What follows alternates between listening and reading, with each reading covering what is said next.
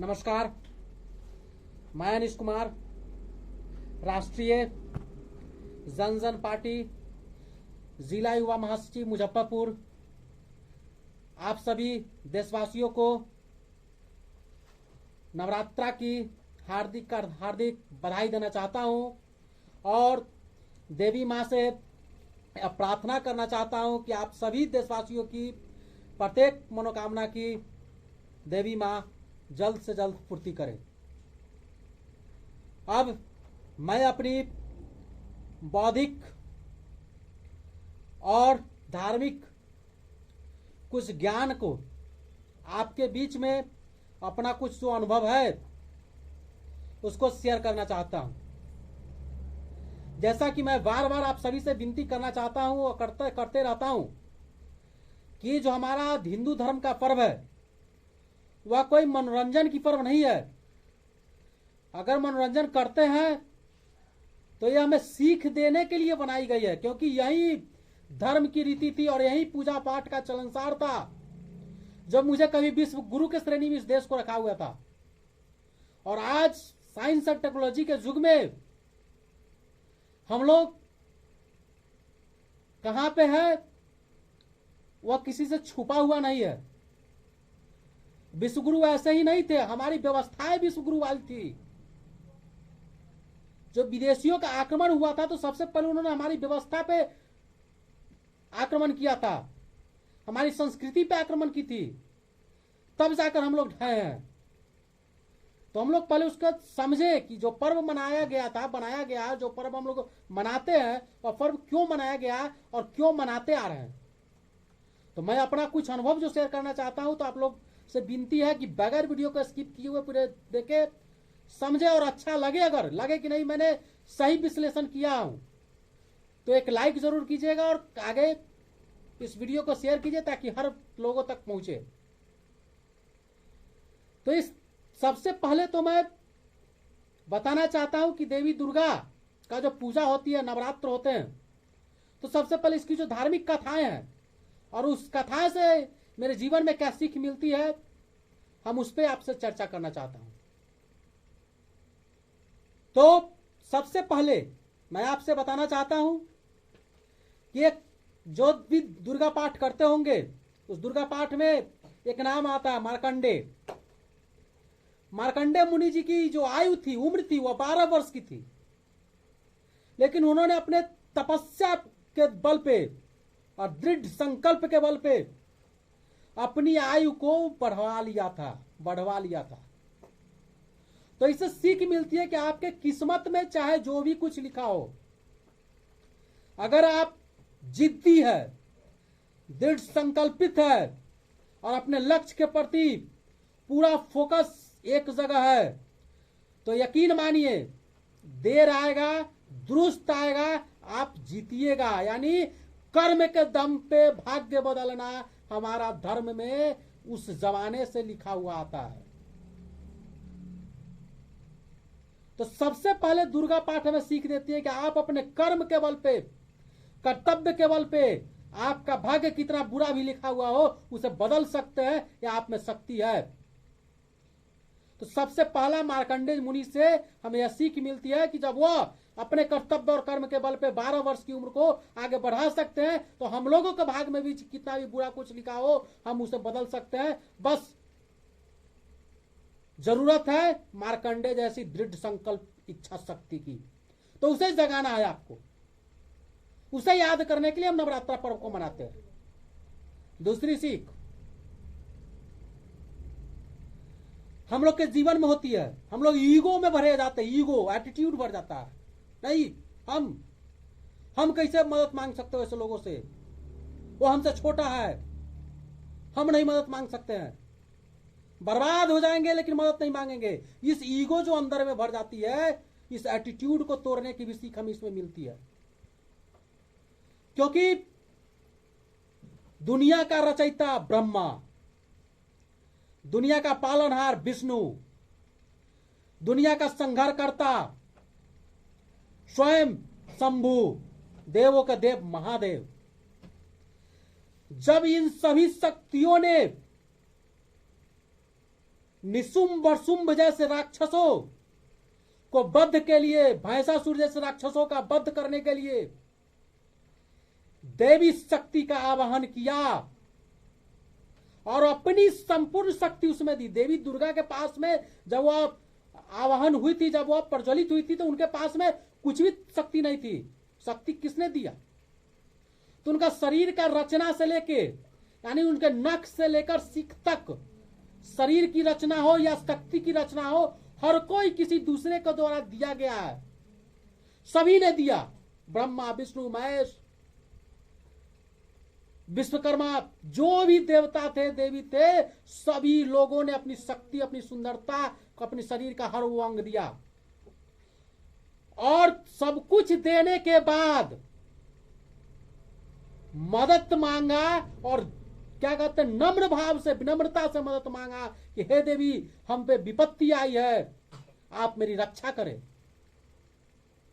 इससे सीख मिलती है कि मेरे अपने जीवन में भी उसी नम्रता के भाव से और उसी सौहार्द भाव से रहना चाहिए। और जीवन में कभी विपत्ति आए, कभी दिक्कतें आए, तो उस स्थिति में या कभी अंदर में ईगो और एटीट्यूड नहीं रखनी चाहिए। यह मेरा अच्छा वक्त था तो मैंने उसे मदद किया था, आज हम कैसे मदद कर मांग सकते हैं? भले हम बर्बाद हो जाएंगे लेकिन हम उससे मदद नहीं मांगेंगे। तो इस ईगो और एटीट्यूड को त्याग की परिभाषा जो समझाती है, यह माँ दुर्गा और देवी दुर्गा की पूजा या नवरात्रा सिखाती है हमें। सब शक्ति दिया देवों ने, मदद भी मांगा देवों ने ही। तो जब देवता कर सकते हैं तो हम नहीं कर सकते हैं क्या? हमें मांगने में क्या दिक्कत है जी? तो अपनी ईगो और इस एटीट्यूड को त्याग करना सीखिए। यह नवरात्रा पर्व यह सिखाती है। और तीसरी सीख, और जो कथाएं है, मैं बात ऐसे नहीं कर रहा हूं, जो कथाएं चलती है, जो समाज ने मुझे बचपन से सिखाया है, उसी पे मैं अपना कुछ बौद्धिक चेतना को जागृत करके और आपको समझाने की कोशिश कर रहा हूं। और एक कथाएं चलती है नवरात्रा में कि 9 दिन तक देवी देवता का कोई भी पूजा नहीं होता है। सॉरी, माफी चाहता हूं, 9 दिन तक देवी दुर्गा के अलावा किसी अन्य देवता का पूजा आप लोग नहीं होते हुए सुनिएगा। कहा जाता है कि किसी देवी देवता का पूजा नहीं होता है, सिर्फ और सिर्फ देवी दुर्गा का ही पूजा होता है 9 दिन तक। और 10वीं के दिन सभी देवताओं का पूजा होता है, तब जब निशुंभ और शुंभ जैसे राक्षसों और भैंसासुर जैसे राक्षसों का वध हो जाता है। इससे भी मुझे सीख मिलती है कि जब आप अपने जीवन में संकल्पित हो जाते हैं किसी लक्ष्य के प्रति, जब आप जीवन में किसी उद्देश्य के प्रति संकल्पित हो जाते हैं कि मुझे यह करना है, चाहे इसके लिए बलिदान जो भी देना पड़े, तो आपको जब तक वह लक्ष्य प्राप्त न हो तब तक दूसरे के तरफ कभी देखना नहीं है। जिस तरह से 9 दिन तक एक अडिग होकर हम लोग सिर्फ मां दुर्गा की पूजा अर्चना करते हैं, किसी और देवी देवता की तरफ नहीं देखते हैं, यह सीख देती है कि जब तक आपकी लक्ष्य की प्राप्ति ना हो तब तक आप अपने लक्ष्य पे एकाग्रचित होकर रहे। और वही शिक्षा देती है, और यही शिक्षा देवी दुर्गा का वाहन सिंह को पता है आपको, शेर को जंगल का राजा कहा जाता है। राजा क्यों कहा जाता है पता है आपको? शिकार बाघ भी करता है, शिकार चीता भी करता है, शिकार शेर भी करता है, शिकार भेड़िया भी करता है, लेकिन राजा शेर कहलाता है। पता है क्यों? क्योंकि शेर की एक क्वालिटी होती है, और वह शेर क्या है उसकी परिभाषा समझिए, क्यों वह राजा है जंगल का। अगर बाघ चला शिकार करने के लिए, कुत्ता को खाने के लिए चला, और रास्ता में उसे अगर बंदर मिल गया ना तो कुत्ता को छोड़ देगा, बंदर पे गिर जाएगा। चीता चला बैल को पकड़ने के लिए, रास्ता में उसे हिरन मिल जाएगा ना तो देख लिया कि हिरन पकड़ाने वाला है, तो वह बैल को छोड़ देगा और हिरन के पीछे भाग जाएगा। यानी कि उसकी लक्ष्य के ऊपर डेडिकेशन नहीं होती है। लेकिन शेर अगर कुत्ता के पीछे भाग गया तो उसके बगल में हिरन बैठा हुआ भी रहेगा तो वह हिरन को मारने नहीं जाता है, वह जाता है तो सिर्फ कुत्ता के पीछे ही भागता है। यानी जिस लक्ष्य को टारगेट कर लिया, कुछ भी कीमत नहीं, उसके अलावा कुछ दूसरा पसंद ही नहीं। यही एटीट्यूड और यही सिद्धांत शेर को जंगल का राजा कहलाता है। और वही शेर हमारी मां दुर्गा का सवारी है। तो उससे भी शिक्षा मिलती है, चाहे मां दुर्गा का शेर हो या मां दुर्गा के 9 दिन के पूजा, कि सिर्फ 9 दिन तक देवी दुर्गा का पूजा करें। यह हमें सीख देती है कि आप अपने लक्ष्य को पाने के लिए जब आप एक बार संकल्पित हो गए तो संकल्पित हो गए। पूजा करते तो संकल्प लेते हैं कि हम लोग 9 दिन तक देवी दुर्गा का आवाहन करेंगे, किसी अन्य देवी देवताओं का पूजा नहीं करेंगे। ठीक उसी तरह से आपको जीवन में संकल्पित लेना है कि मैं जो लक्ष्य को फिक्स किया, अंत तक मैं उसे पाऊंगा, चाहे मुझे उसके लिए कुर्बानी जो देनी पड़े। आजकल के तो नवयुवक जो लड़का सब होता है ना, वो टारगेट कर लेता है कुछ और बाद में उसको टेंशन कौन चीज का आ जाता है पता है? बियाहवा नहीं होगा, चलते नौकरिये कर लेते हैं तो तुरंत छोड़कर नौकरियों में चल जाता है। तो ये डेडिकेशन जो हम लोग की समाप्त हुई है, तो मेरा पूजा भी इसी डेडिकेशन को एकाग्रित करने के लिए, इकट्ठित करने के लिए यह सब पूजा को याद करना जरूरी है। तो अभी तक जो हम बात कर रहे थे वह बात एक धार्मिक जो कथाएं चलती है, उस कथाएं का कुछ अंश पे हमने अपना विचार और अपना जो चेतना है, जो उसके प्रति मेरी जो कुछ समझदारी थी, उसको मैं समझाने की कोशिश किया। अब आगे आते हैं कुछ हटके, और देवी दुर्गा की 9 दिन का ही पर्व क्यों रखा गया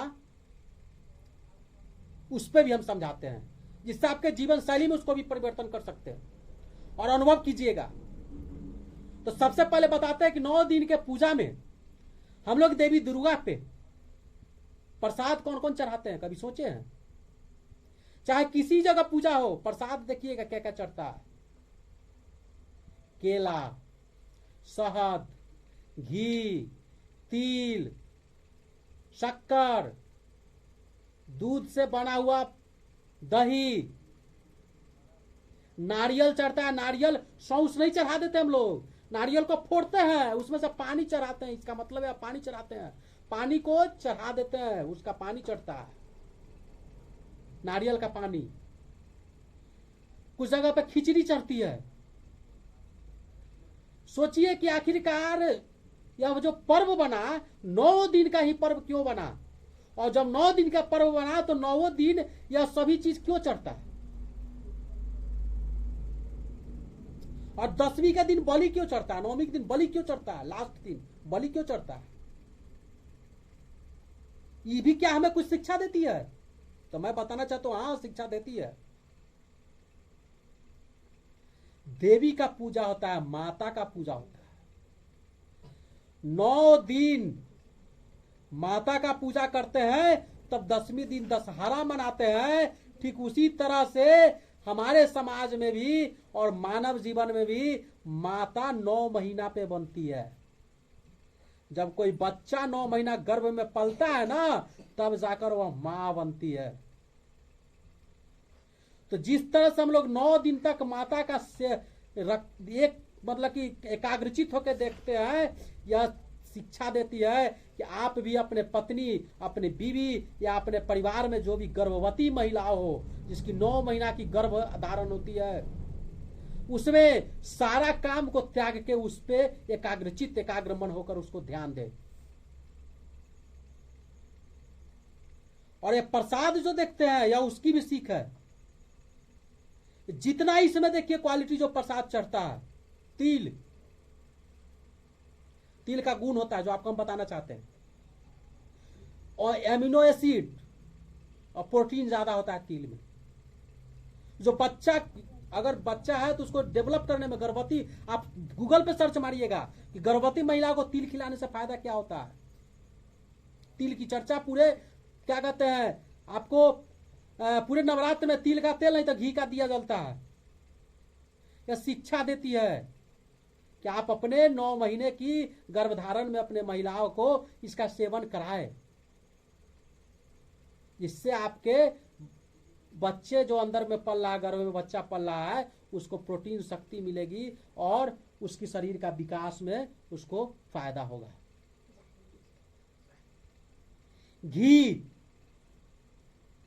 घी का सेवन करने से जो बच्चेदानी होता है उसका रास्ता साफ होता है, बच्चे का नॉर्मल डिलीवरी में फायदा होती है। दूध से बनी हुई चीजों से खाने से हड्डी मजबूत होगी, माताएं के शरीर में दर्द कम रहेगा। गुड़, शक्कर, यह सब खाने से पाचन क्रिया जो होती है वह तंदुरुस्त रहता है। क्योंकि याद करते होइएगा, जब गर्भ में महिलाएं जाती है तो उनका पाचन स्थिति सही नहीं रहता है।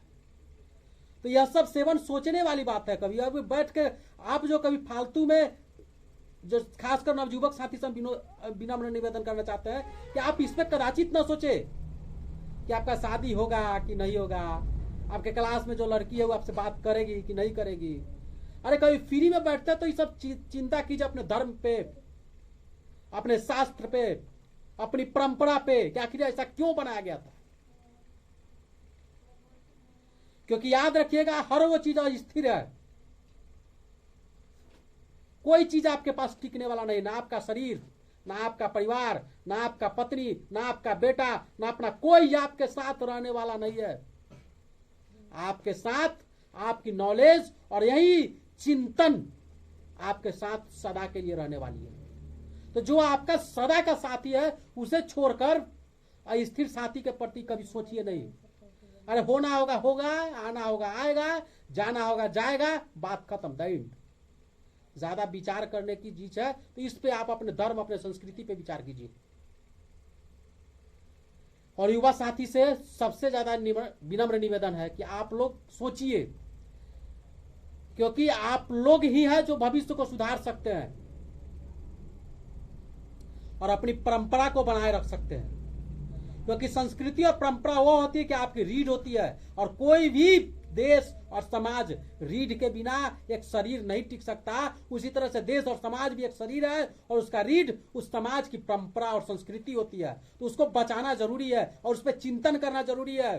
और लोगों के बीच में धार्मिक हो, वैज्ञानिक हो या किसी भी तरह से हो, उसको समझाना तर्क के आधार पर जरूरी है, ताकि आपका संस्कृति का विनाश न हो सके। तो अभी जो चर्चा कर रहे थे कि 9 दिन क्यों होता है, 9 ही दिन क्यों पूजा करते हैं, तो यह भी एक रिलेटेड है। हर एक दिन 1 महीना का बराबर होती है। और माताएं का जिस तरह से आप 9 दिन सेवा करते हैं, हर चीज को छोड़कर आपको अपनी घर में प्रेग्नेंट महिला को भी उसी तरह से 9 महीना आपको सेवा करना होगा। 7वां दिन ही माता का आंख क्यों खुलता है, ये भी तो सोचने वाले बात है ना कि 7वां दिन ही क्यों, सप्तमी के दिन ही क्यों खुलते हैं। आप गूगल पे सर्च मारिएगा, बच्चा का परफेक्ट पोजीशन जो होता है और पूर्ण रूप जो बच्चा का पालन होता है वह 28वां से 30वां सप्ताह में धारण कर लेता है। 28 से 30 सप्ताह के पहले जो बच्चा होता है वह बच्चा देखिएगा छोटा साइज में रहता है, कभी इधर तो कभी उधर घूमेगा, लेकिन 28वां सप्ताह के बाद में उसका पोजीशन जो होता है उस बच्चे का पूरा एकदम रेडी हो जाता है टू, अब मतलब कि अब माँ के गर्भ से कुछ दिनों बाद हमें पूर्ण रूप से बाहर दिख जाना है। यानी कि पूर्ण रूप जो दिखता है वो 28वां सप्ताह, और एक सप्ताह में, एक महीने में 4 सप्ताह होता है। इसका मतलब 7वां महीना आते आते बच्चा पूर्ण रूप में चला आता है। इसीलिए सप्तमी के दिन में माँ दुर्गा का पूर्ण रूप को देखते हैं। बातें तो बहुत है, लेकिन ज्यादा लंबा करेंगे तो इरिटेट हो जाइएगा। तो मैं आप सभी से इतना ही विनम्र निवेदन करना चाहता हूं कि अगर सच में वीडियो लगे कि अच्छा है और इसका विश्लेषण सही किया गया है तो आप लोग इसे आगे शेयर करें और एक लाइक जरूर करें। जय मां दुर्गे। और अंत में फिर से